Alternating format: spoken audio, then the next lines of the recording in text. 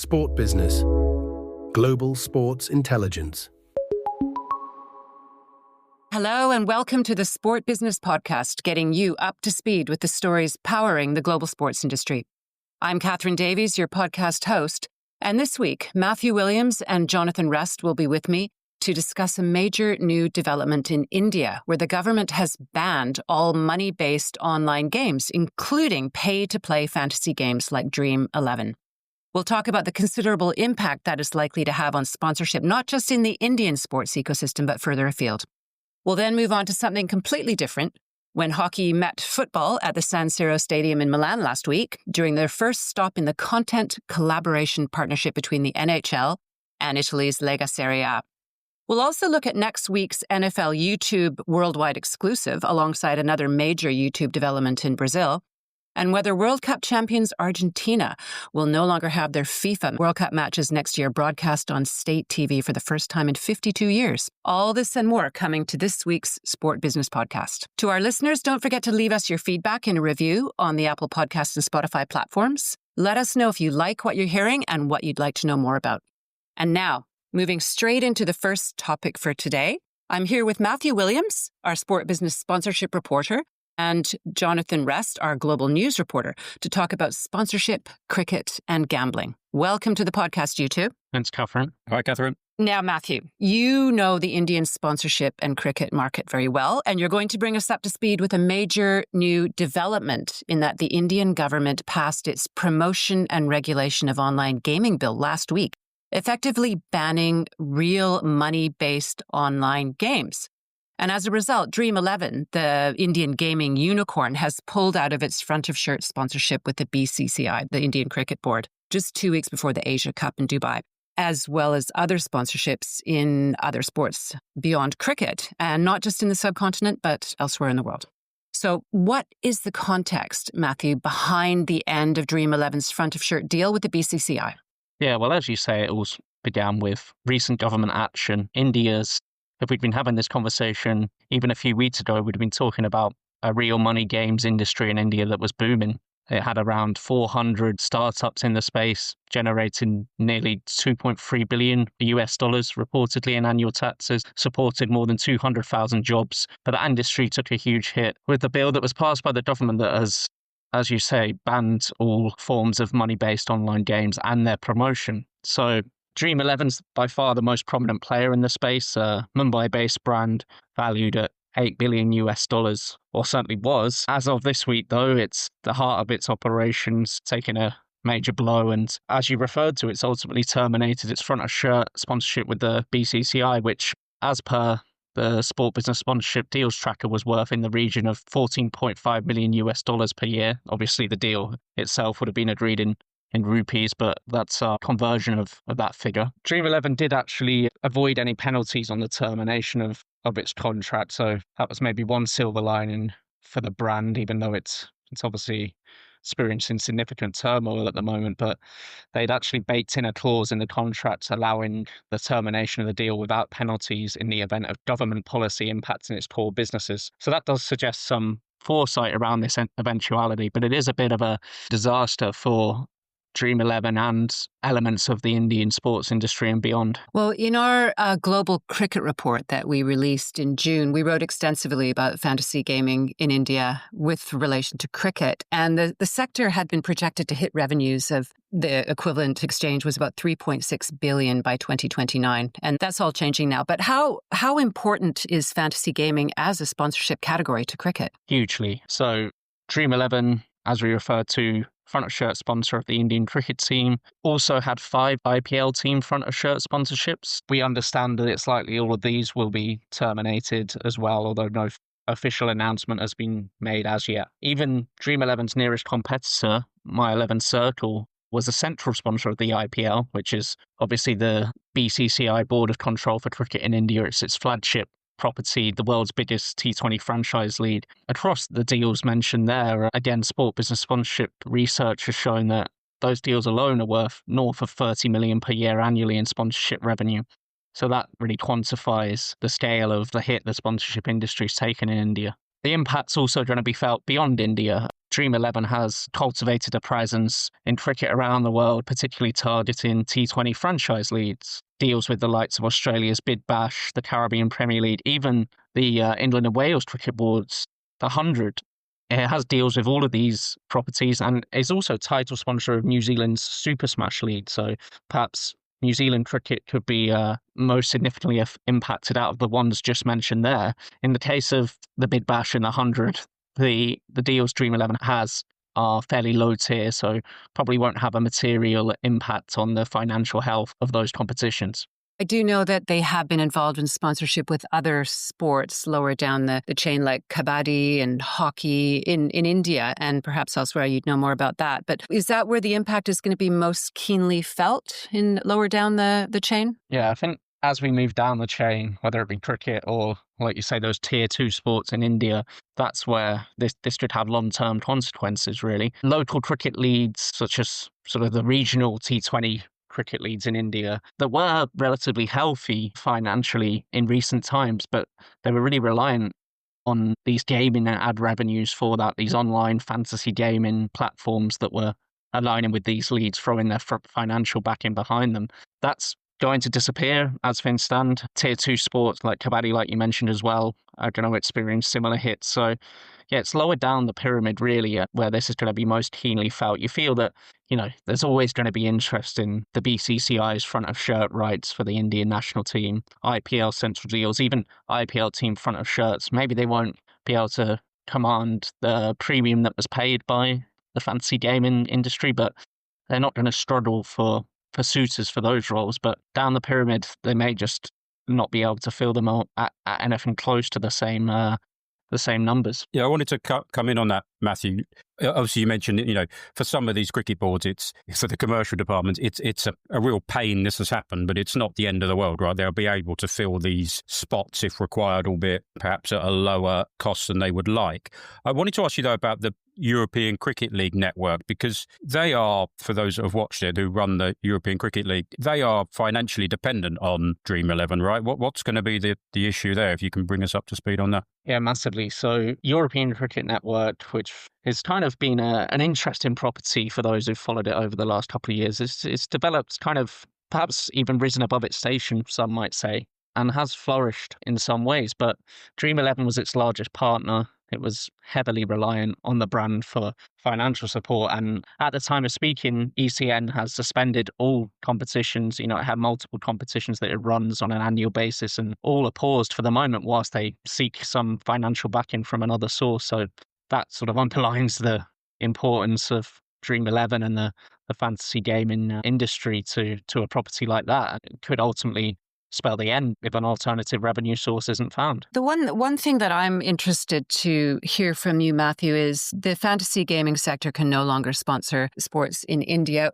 Which industries are going to fill the gap? Because one thing I heard is there isn't really any one sector that can make up for fantasy gaming. They're talking about, fintech or crypto or AI or tourism, and it's more likely to be a combination of those. I mean, they are so important to cricket sponsorship and other sports sponsorship in India. Exactly that. I don't think there's one answer to that question. I think it'll be sort of whatever sectors are sort of trending flavor of the month at that moment. And also they might have to go sort of back to some more traditional sectors that might pay lower fees, really. There's a premium on sectors like fantasy gaming, sectors like cryptocurrency, but that's also as a question around whether Indian sports properties will be able to align and how extensively they'll be able to align with that space as well. So I think, as mentioned earlier, for the top tier properties like the BCCI, they're not going to be short of suitors. They will find alternative sources. I mean, even in the last few days, Toyota's been linked to that front of shirt role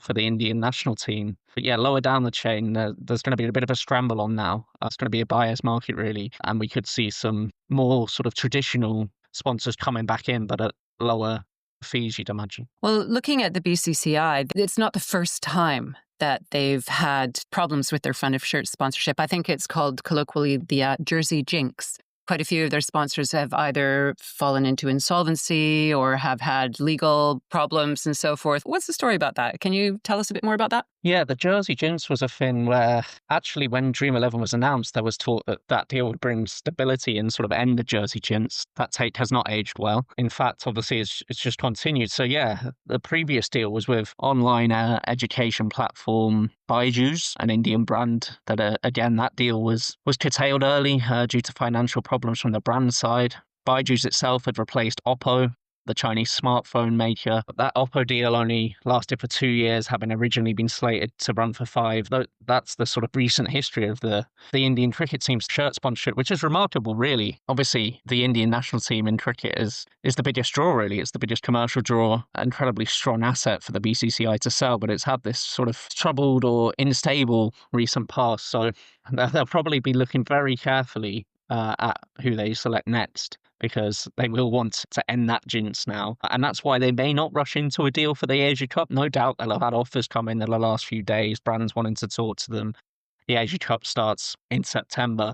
But the BCCI is far from desperate for money. It's in a really strong financial state. So therefore, I think if I was a betting man, pardon the pun, I would say they will bide their time and select very carefully with the next one and try and really lock down a brand for the long term. I mean, a name like Toyota that's been linked, and that interest is sort of unconfirmed as of now, but Toyota's really been building its presence in cricket for the last year or so. It's already England team front of shirt sponsor. That would be the type of name that you think, okay, very unlikely something similar is going to go wrong there. So perhaps the BCCI will be looking in that direction now. Well, there's also been an impact on broadcasting, hasn't there? My 11 Circle currently is the co-presenting partner with JioStar of the official digital streaming of the most recent IPL. And one would assume that deal has been scuppered. And then there's also the link with Times Internet and CricBuzz and Willow. You can tell us about that, can't you, John? Yeah, I think there's a couple of media things, actually. You'd kind of touch on one there. A lot domestically, JioStar,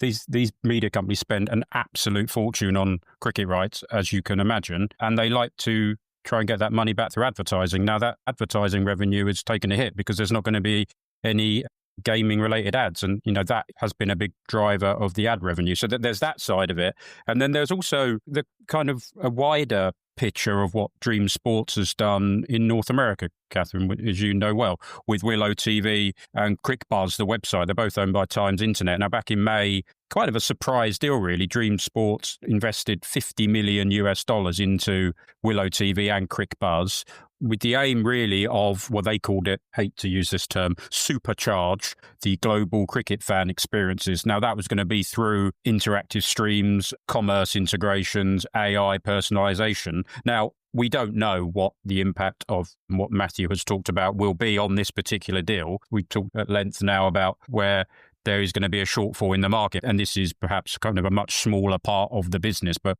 I think it's quite interesting that this investment was kind of quite surprising when it first came out, and we haven't really seen a lot of what that is going to entail, and now if it will entail anything at all, because obviously it's a big development that's happened. But Willow is really the dominant or only broadcaster of cricket in the US and Canada, and CricBuzz is closing on something like 200 million monthly users across 150 countries, I think, or territories. So quite an interesting thing to kind of keep an eye on in the months ahead. Well, the reason that these bans come into place, as they have in India, is because in the case of India, the government cites psychological distress, financial loss, money laundering, and even financing of terrorism as reasons to prevent harmful real money gaming services. And we may see other countries, other governments enact legislation like this. I was interested in my chat with the CEO of Cricket Brazil, Matt Featherstone. He said that they would actively not look to partner with the gaming companies because his feeling is that online gambling, fantasy sports impact those who can least afford it. It's the poor, the lower demographics, I suppose, the poorer people who tend to have the biggest participation. And in the case of India, it's only something like, it's 24 cents is how much it costs. 24, that's about, 20p is how much it costs to play these games. So it's very accessible, and it does tend to hurt the people who can least afford it. So I thought that was an interesting development from Cricket Brazil. They're right up front saying that they're not going to go there. We've covered that well. Thank you, Matthew, for your presence today. We're going to take a short break now. We'll be back in a few seconds with John to talk about the latest step in the NHL's internationalization strategy. Thanks very much, guys, and we'll see you soon. For a weekly roundup of the biggest stories shaping global sport, sign up to the Weekly Digest, our free newsletter packed with essential insights. Subscribe at sportbusiness.com.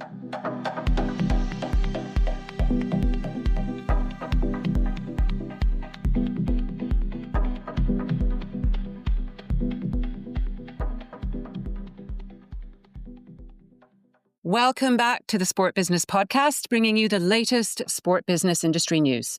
Our global media reporter, John Rest, has stayed on the line with me. John, you're going to tell us more about when hockey met football in Milan last week, or to be precise, about the NHL's internationalization strategy and its new partnership with Italian football's Lega Serie. Now, Serie A got underway last weekend, and there were a host of familiar faces in the stands at the San Siro. Well, if you're a NHL fan like me, John, there's more to it, though, than players enjoying a romantic weekend in Milan. And what is this all about? Yeah, this was something that actually came out a few weeks ago, but with the Serie A getting underway last weekend, it was the kind of first formal kind of coming out party, if you like, for Serie A and NHL. They've struck this collaboration loosely kind of linked around the Olympics next year in Milan, Cortina, where NHL players are going to be back in the games after a couple of cycles away. On the face of it, it's very much a kind of content creation, collaboration, social media kind of play. You are going to see, as you did last week, some NHL players wearing the jerseys of both AC Milan and Inter Milan, a few of the players. I will try and butcher a couple of names here. Ukko-Pekka Luukkonen. Sorry to Lumi, our Finnish producer here, that I've just butchered, probably her favourite player from the Buffalo Sabres. William Nylander from the Toronto Maple Leafs. And Lucas Raymond, that's an easier one, from the Detroit Red Wings. So a couple of these guys are in attendance at the game, AC Milan against Cremonese. And really it was kind of, a social media play, content collaboration. We're going to see a lot of these jersey swaps over the course of the season with players from the NHL in attendance. They were at the training ground. I'm sure when obviously the NHL is in their off season, I'm sure once, perhaps during an international break or the kind of short winter break that European teams get, you'll probably see some Serie A players at NHL games. And yeah, it's really a kind of a partnership to get, NHL are trying to target a new fan base. Italy's not a massive ice hockey country. And for Serie A, I think it's quite interesting. They've got a lot of North American owners, a lot of US owners, a Canadian owner. And so it's a chance for them and it's really social media because the broadcasters aren't aligned. So, the NHL domestic broadcasters are not the same as what Serie A has in the US, which is CBS Paramount. So there won't be any kind of lead into an NHL game from a Serie A game. They can't do that. But certainly on social media, you're going to see a lot of storytelling and that kind of thing, trying to get fans engaged in either side of it through big names. You've got American like Christian Pulisic, who plays for AC Milan. So you've got those players that are going to really be the focal point of these stories. Now, you actually interviewed Keith Wachtel. I'm not sure if I said that right. Wachtel, who's the president of NHL Business a month or so ago, about this initiative from the league. This is the first of many such collaborations, isn't it? It is, yeah. Actually, this is quite interesting that he told me that this has been in the pipeline for a couple of years. He was on a panel session at a Soccer X almost 2 years ago with the Serie A executive, where they kind of talked about off stage about how can they work together potentially to grow both leagues in target markets, NHL being kind of Europe and Serie A, obviously, if we've talked about in the US. So this is the kickoff, really, no pun intended. The NHL is using the Olympics as the kind of pinnacle of the sporting calendar in 2026 for ice hockey and tying it in with Serie A. But that's not where this is only going to go for the NHL. They are very keen to partner, I guess, with leagues in different countries around the world and make sure they're partnering with the most popular domestic sports property.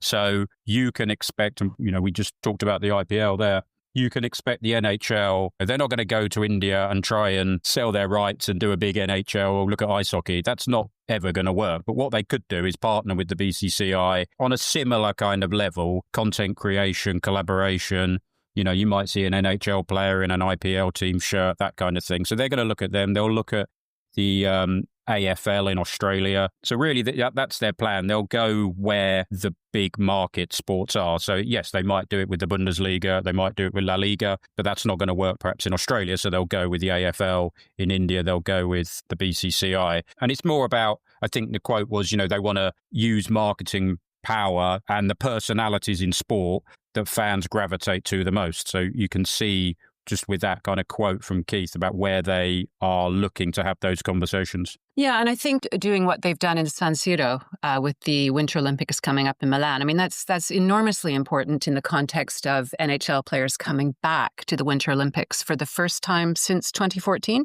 And certainly here, when NHL players are in the Winter Olympics, it's massive. I mean, Sidney Crosby, on his debut with the national team, scored the winning goal against the US in the Olympics in 2010, which were held in Vancouver. So there's a huge crossover there between the NHL and the Olympics, and what a great stage to do it in Milan at the San Siro. Now, the NHL has staged regular season games in Europe for a number of years, like the Major League Baseball and NFL. They've all been doing their international games. In fact, the NHL's first overseas game was in 1997 in Japan, I believe. So I think they've had 46 regular season games outside of North America, mostly in Europe, Scandinavia, the UK, the Czech Republic, but also, as I said, in Japan.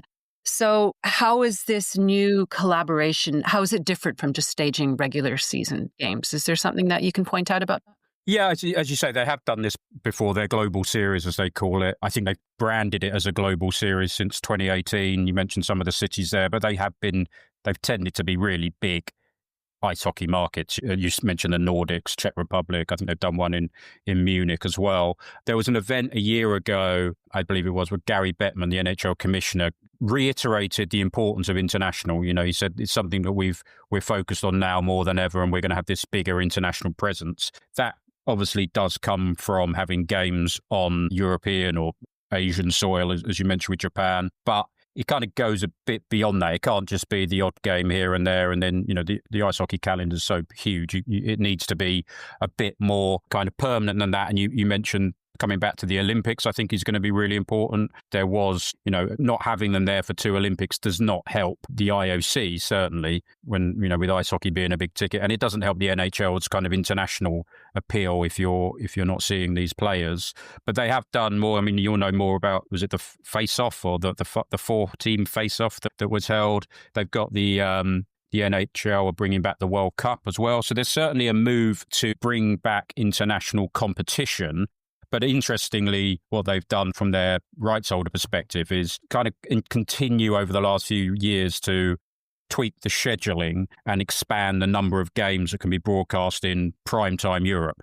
So they started this in 2018, and last season there were 46 Saturday and Sunday games that were delivered to fans in a time frame that was more appealable to a European audience. Now, when you look at, like all US or North American major league sports, international is a very small part of their revenue pie. We know that. But the NHL is, it's big in the Nordics, where they've got deals with the likes of Viaplay, Sky in DAC region, Nova Sport in the Czechs and Slovakia. So they've intentionally tweaked this to get more eyeballs on their sport, with then, live game on those countries' soil kind of helps to engage the fan base. But coming full circle back to the Serie A, this strategy is slightly different. This is really targeting people that may dip in and out, have heard of an NHL team, but don't know who one is. Well, maybe, you can tie up your AC Milan fan base with an NHL team now, and maybe that's what they're looking to do, really target that fan that's dipped in and out of the sport, but never fully engaged. Well, I know when I spent 20 years living in Europe and talked about hockey, people would always say, the puck goes too fast. I can't see where it is. And I think there's going to be a learning curve for people to become fond of hockey when they've not seen matches before. That's certainly my, I think we've had this conversation over the years, Catherine. I just could never follow the puck. And then I went to a game live and I could see it, which was good. But the other point you made there about hockey, in our articles, we always say ice hockey and field hockey, and the number of complaints from kind of North Americans, it's just hockey. It's like, no, there are two types. So. It is just hockey. You also mentioned that it's not just events and content collaborations that we're talking about. It's boots on the ground stuff, as Sport Business reported just a few days ago, isn't it?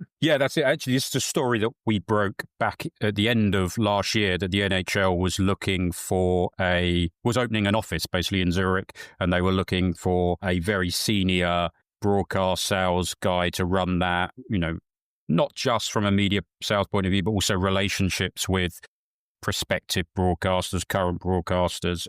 And yeah, we did a story late last week that Joris de Boer, who was previously of FIFA and the Dutch FA, has been hired as that first person in the Zurich office. So his job title, I think, is kind of head of broadcast sales and relationships.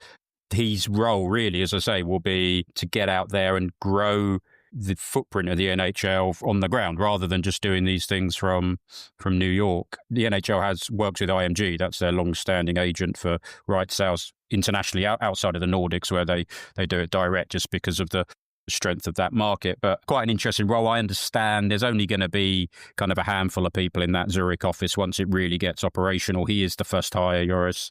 But again, it's about, yes, you have your games, yes, you have your content, you have your social media, but they really understand the need to be there on the ground and preferably in Switzerland. You've got the International Ice Hockey Federation and they're a big kind of ice hockey marketing agency, Champions Hockey Leagues there. So it's the right place for them to be. And then it's about taking this kind of a mid to long-term approach. So they know that not doing all of this stuff is not immediately going to bring in increased media dollars, but eventually it will. It will kind of, down the line, new markets will be opened up with the international program that they're doing, with the tweaks to the broadcasting schedule. It's quite a large body of work that they're trying to piece together, Keith, and now Joris on the Europe side. I find the whole approach and ethos of the internationalization strategies fascinating when you compare North American major leagues and European football leagues. I mean, the NBA and Major League Baseball and the NFL have been holding regular season matches overseas for decades. In fact, the NFL is having its first ever match in Brazil a week tomorrow. And yeah, just this week, the European Commissioner, Glenn Mikalev, said it would be a betrayal of football's identity and community roots to play regular season matches outside of Europe. I mean, that's just black and white, isn't it? It's a completely different approach to how you internationalize your sport, your strategies. What do you think about that? Yeah, absolutely. That his comments, actually, we were talking about this. We didn't really see his comments that much until Serie put out a very strongly worded statement against it. So he kind of flagged his comments, if you like. And yeah, he'd said he was deeply disappointed, and Serie described themselves as astonished by his words. They're talking, and they mention in their statement, Serie that, we're looking to do along the lines of what the NBA and NFL are already doing by playing matches in Europe. It's one game out of 380. It's an excessive position. Serie are trying to do this at the moment in Australia. They want to play a game in Perth. La Liga, we have talked about at length, are looking to host a game in Miami in December, Barcelona-Villarreal. And interestingly, today, Thursday, when we record this podcast, the DFL, the German league, have done a partnership with the Queensland government, which is a memorandum of understanding, which they do with multiple countries in APAC so it's a boots on the ground thing, as we talked about, help with grassroots football, a couple of, you might do a few training sessions and send some players over there. But actually they physically say in this report, in this statement today, that there will be some kind of basically pre-season games that are going to be played by Bundesliga teams in Brisbane. Now, the DFL, being German, 50+1 fans rule, they are very, very, very strict on this. There will be no regular season Bundesliga game being played in Queensland. So don't panic if you're a Dortmund or a St. Pauli fan or a Werder Bremen fan.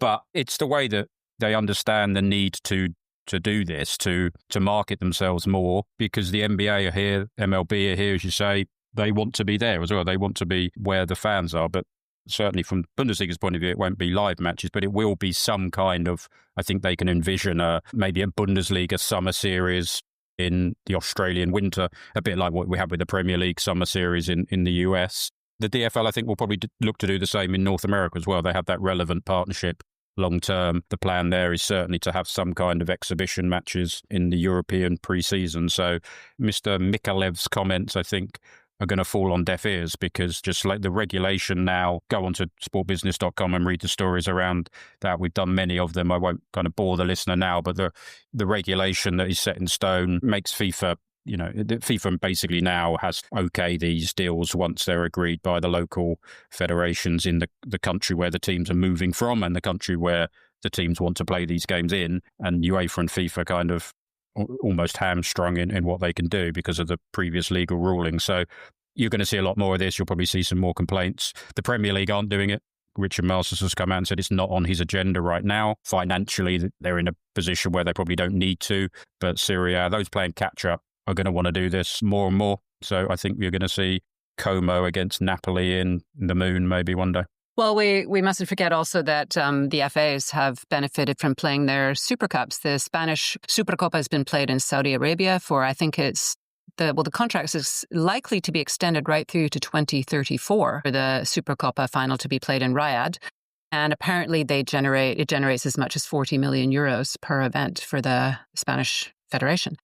And then, of course, the Supercoppa Italiana, they've been at it for longer, haven't they? I think their first overseas match was in 1993 in the US. So there is a precedent, but it's two different beasts, isn't it? The league and the Super Cups. But I think that's a good roundup of the subject. Thank you, John. We will take a short break before we move on to what's coming our way in the week ahead. Stay tuned. We'll be right back.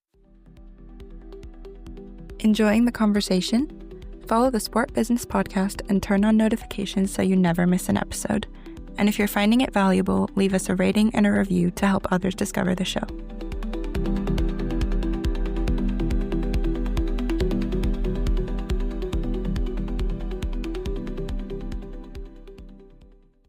Welcome back to the Sport Business Podcast. We're going to move into the final part of today's podcast, and I'm here with John to look ahead to what's coming in the next 7 days. John, what's on your radar? It's the start of the NFL season on the 4th of September. I am an NFL fan. I am pretty fed up every time I watch a Chiefs game having to see the camera pan to Taylor Swift. And it's going to be worse now, isn't it? They're going to be trying to get a photo of the ring. So aside from that, and unfortunately it will be the same game, because on Friday, the game in São Paulo, the Chiefs against the Chargers, is going to be a landmark game. It's going to be the first game to be streamed exclusively live on YouTube globally in its entirety. When I say globally, there will be a few kind of geo-blocking areas where they won't show it, and they will be, here we go, drum roll, China, Eritrea, Iran, North Korea, and Turkmenistan. That's because YouTube is blocked there, by the way.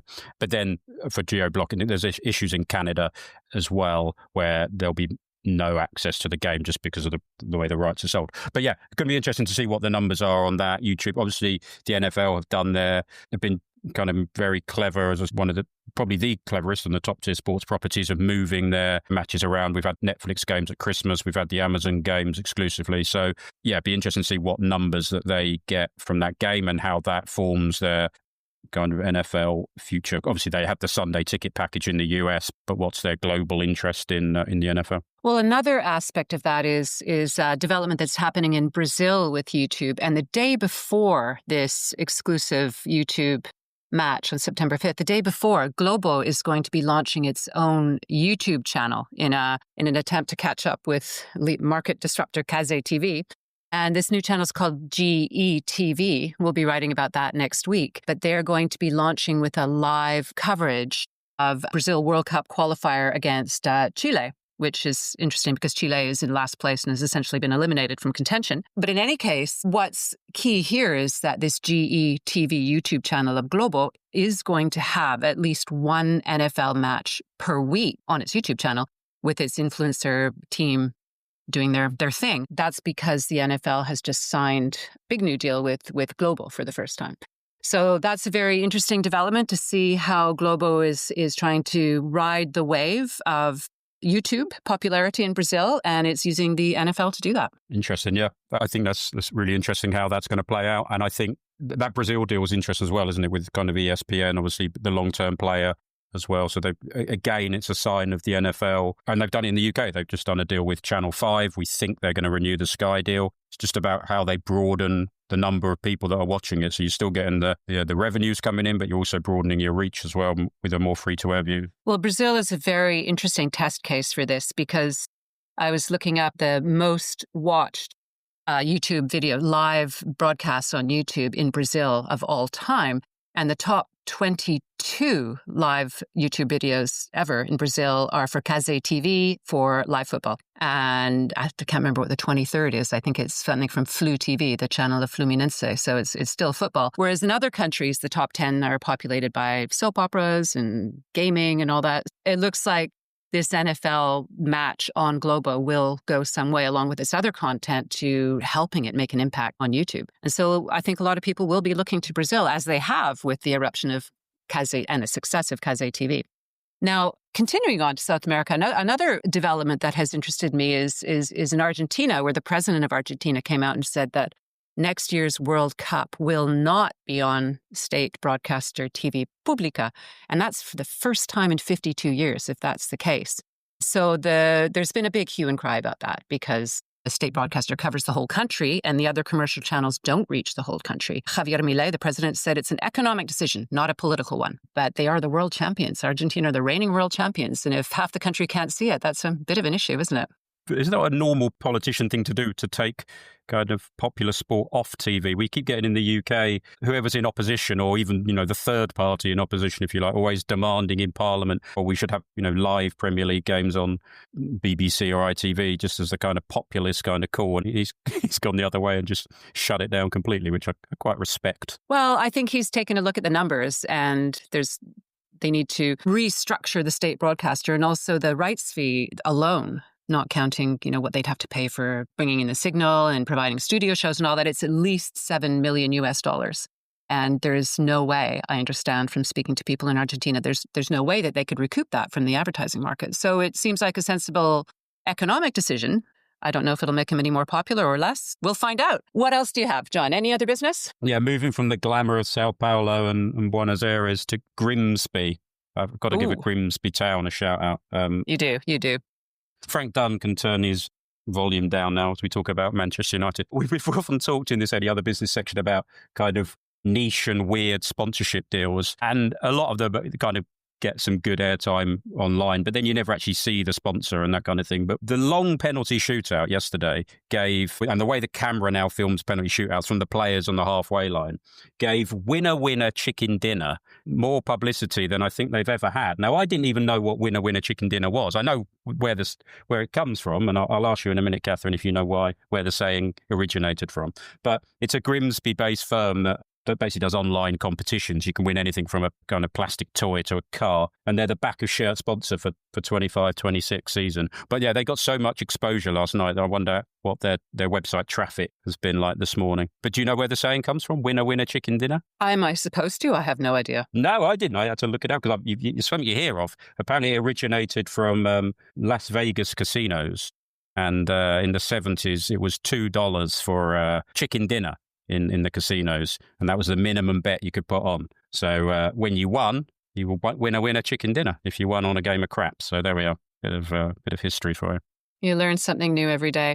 Another interesting number I heard about the Grimsby Man U match was, I think the salary of their new forward is more. Sesko, yeah. Benjamin Sesko, yeah. More than the total turnover of Grimsby Town over the last 30 years. Yeah. That's extraordinary, isn't it?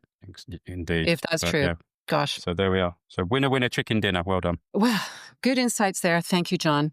I think that's time to wrap up the podcast. Thank you to Matthew previously, and good to have you back in the office, John, after a week away, a well-deserved week away.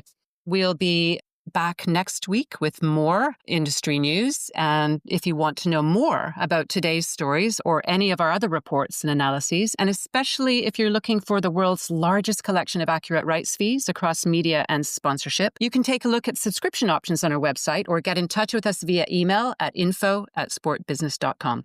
And if you enter the code SBPodcast30 at the checkout, SB Podcast 30, you'll get a 30% discount on annual and monthly Sport Business subscriptions. You can also share your thoughts on this episode and give us your feedback in a review on the Apple Podcasts and Spotify platforms.